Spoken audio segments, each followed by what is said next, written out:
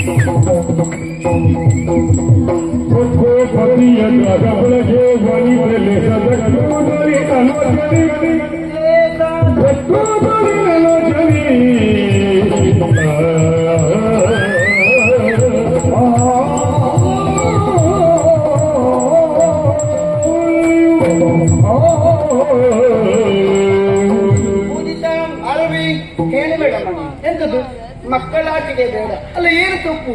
ಬದುಕು ಯಾವತ್ತು ಗಂಭೀರವಾಗಿರಬೇಕು. ಬದುಕು ಯಾವತ್ತು ಮತ್ತೊಬ್ಬರಿಗೆ ಆದರ್ಶವಾಗಿರಬೇಕು. ಬದುಕು ಮತ್ತೊಬ್ಬರಿಗೆ ಅನುಸರಣೀಯವಾಗಿರಬೇಕು. ಹಾಗೆ ನಾವು ಬದುಕಬೇಕು, ಬಾಳಬೇಕಮ್ಮ. ನಾನೇನು ತಪ್ಪದೆ? ಹೆಣ್ಣಾಗಿ ಹುಟ್ಟಿದ ಮೇಲೆ ಕೆಲವು ಸಂಸ್ಕಾರಗಳು ಆಗಲೇಬೇಕು. ಗಂಡಿಗಿರ್ಲಿ ಹೆಣ್ಣಿಗಿರು ಆಗಬೇಕು. ಆದ್ರೆ ಹೆಣ್ಣಿನ ಹೊಣೆಗಾರಿಕೆ ಹೆಚ್ಚು ಸಮಾಜದಲ್ಲಿ. ಒಂದು ಮನೆಯನ್ನ ಉಳಿಸುವವಳು ಹೆಣ್ಣು, ಒಂದು ಮನೆಯನ್ನ ಅಳಿಸುವವಳು ಹೆಣ್ಣೇ ಆಗುತ್ತಾಳಮ್ಮ. ಯೋಚನೆ ಮಾಡು ನೀನು. ಏನು?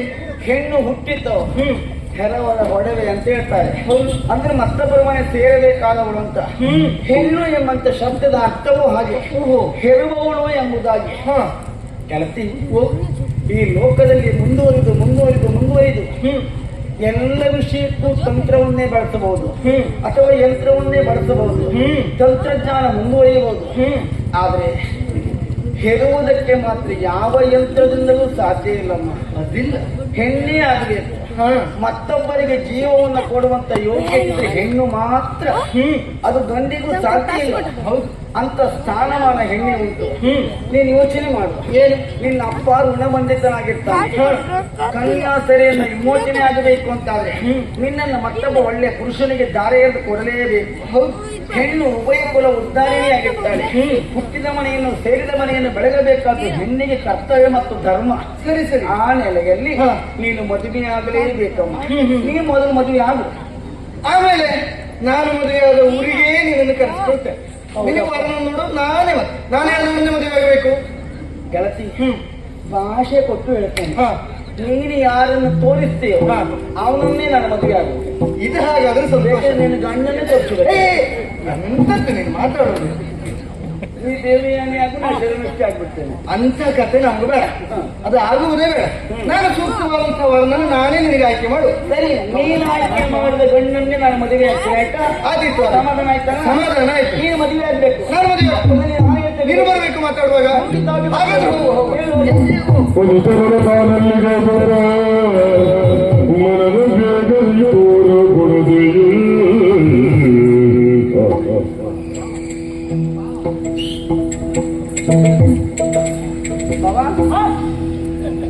ಅವಳಿಗೆ ಮಾತ್ರ ಭಾವ. ಅವಳಿಗೆ ಭಾವ ಆದ್ರೆ ನನಗೂ ಭಾವ. ಏನಂತ ನನಗೆ ಯಾರು ಏನಾಗುತ್ತಾರೋ ಅವಳಿಗೂ ಅದೇ. ಹೌದಾ? ಓ, ಅವಳಿಗೆ ಅಣ್ಣ ಆದ್ರೆ ನನಗೂ ಅಣ್ಣ, ಅವಳಿಗೆ ತಮ್ಮ ಆದ್ರೆ ನನಗೂ ತಮ್ಮ, ಅವಳಿಗೆ ಗಂಡ ಆದ್ರೆ ನನಗೂ ಗಂಡ. ಮಾತಿಗೆ ಯಾವ್ದಕ್ಕಲ್ಲ ಅದು ಒಂದಕ್ಕೊಂದಲ್ಲ, ವಯಸ್ಸೋದು ಇಲ್ಲ. ಏನು ಅವಳನ್ನೇ ಪ್ರತ್ಯೇಕ ಮಾತಾಡೋದು. ಮಾತಾಡ್ಲಿಕ್ಕೆ ಉಂಟಾ? ಅವಳನ್ನೇ ಪ್ರತ್ಯೇಕ ಪ್ರೇಮದ ವಿಷಯ ಮಾತಾಡಬೇಕು. ಎತ್ತದ ಪ್ರೇಮದ ವಿಷಯ ಮಾತಾಡಬೇಕು. ಯಾವ ಕಾಲದ ಹುಡುಗನೂ ಈ ಕಾಲದ್ದು ಒಂದು ಹುಡುಗಿಯಲ್ಲಿ ಪ್ರೇಮದ ಬಗ್ಗೆ ಮಾತಾಡ್ತೀಯ ಅಂತಂದ್ರೆ ಆದ್ರೆ ಅವ ಹೇಗ್ ಬರ್ಬೇಕು ಹೇಳು? ಹೇಗೆ? ಒಂದು ಕೆಂಪು ಹೂ ಹಿಡ್ಕೊಂಡು ಬರ್ಬೇಕು. ಕತ್ತಿ ಹಿಡ್ಕೊಂಡೆಲ್ಲ ಬರುದಾ? ನಂಗೆ ಇದು ಗೊತ್ತೇ ಇರಲಿಲ್ಲ. ಆದ್ರೆ ಇದು ಹಿಡ್ಕೊಂಡು ಬಂದದ್ದು ಯಾಕೆ? ಏನು ನಿನ್ನೆ ದಿವಸ ಪ್ರಕರಣ ನೆನಪಿಲ್ಲ ನಿಮಗೆ? ಓ, ಯುದ್ಧವಾಗಿದ್ದು ಹೋಗಿದ್ದೀರಾ? ಯಾರು ನೀವು? ನಂಗೆ ಹೇಳಲಿಲ್ಲ ಯಾರು. ಹಾಗಾಗಿ ಹೋಗ್ಲಿಲ್ಲ. ಇವತ್ತೆಲ್ಲಾದ್ರೂ ಮತ್ತೆ ಮರುಕಳಿಸಿದ್ರೆ ಅಂತ ಜಾಗ್ರತೆಗೆ ಇಟ್ಕೊಂತಿರ್ಬೋದು. ಸರಿ, ಇಟ್ಕೊಳ್ಳೆ ತಿರುಗಾಡ್ತೇನೆ. ಹೌದು ಸರಿ. ಆದ್ರಿಂದ ಅವಳಲ್ಲಿ ಎರಡು ಮಾತಾಡ್ಲಿಕ್ಕೆ ಉಂಟು. ನಾನಿದ್ರೆ ಏನೂ ತೊಂದರೆ ಇಲ್ಲ. ನಿಮ್ಮ ಮಾತಿಗೆ ನಾವು ಹೂ ಅಂತ ಹೇಳುವುದಿಲ್ಲ. ಅವಳ ಹತ್ರ ಮಾತಾಡಿ ತೊಂದರೆ ಇಲ್ಲ. ಆದ್ರೂ ಶಿವಪೂಜೆ ಮಧ್ಯೆ ಕರಡಿ ಅಗತ್ಯ ಉಂಟಾ? ನೀನು ಹೋಗುದು ಬೇಡ, ಕರಡಿ ಬೇಡ ಅಲ್ವಾ? ನೀವು ಶಿವಪೂಜೆ ಮಾಡ್ತೀರಿ ಅಂತ ಮತ್ತೆ ಕರಡಿ ಇರುವುದಿಲ್ಲ. ಇರಬಾರ್ದು, ಇರುವುದಿಲ್ಲಪ್ಪ. ಹಾಗಾಗಿ ಸರಿ, ನಾನು ಮೊದಲೇ ಮರೆಯಲಿರ್ತೇನೆ. ಹೌದು, ಪೂಜೆ ಮಾಡಿ. ನಾನು ಪೂಜೆ ಮುಗಿಸಿದ್ರ ಒಳಗೆ ನೀವು ಬರಲಿಲ್ಲ ಅಂತ ಆದ್ರೆ ನಿಮ್ಗೆ 2 ಸೀರೆ ಕೊಡ್ತೆ. ಎಂತದು? 2 ಸೀರೆ. ನನ್ ಬೇಡ. ಅದೇಕೆ? ನಿನ್ನ ಅಮ್ಮನ್ ತಗೊಂಡು ಕೊಡು. ಈಗ ಎಲ್ಲಿ ಕೊಡುದು? ಸೀರೆ ಒಂದು ಅಗಲಿ ಮಾರಾಯ. ಮತ್ತೆಂತದ್ದು? ಅದನ್ನೇ ಬೇಡ. ಮತ್ತೆ ಅದು ಮತ್ತೆ ಸುಲಭದ್ದು. ಅದಾದ್ರೆ 8 ಬರ್ತದೆ. ಅದಾದ್ರೆ 8 ಬರ್ತದೆ. ರಾಶಿ ಉಂಟು ಪೆಟ್ಟಿಗೆಲ್ಲ. ಅದಕ್ಕ ಒಂದು ಸೀರೆಗೆ 8 ಬರ್ತದ ಅಂತ ನಿಮ್ಮನೆ ಕೆಲಸದೊಳಗೆ ಕೊಡ. ಒಳ್ಳೇದ? ಎಂತದ್ದು ಒಳ್ಳೇದು? ನನಗೆ ಸೀರೆ ಕೊಡುದು ಬೇಡ, ಕೊಡುದು ಬೇಡ. ನೀನು ಬ್ಯಾಗ್ ಮಾತು ಮುಗಿಸೋಳಲ್ಲಿ ಬೇಗ ಆದಷ್ಟು ಬೇಕು.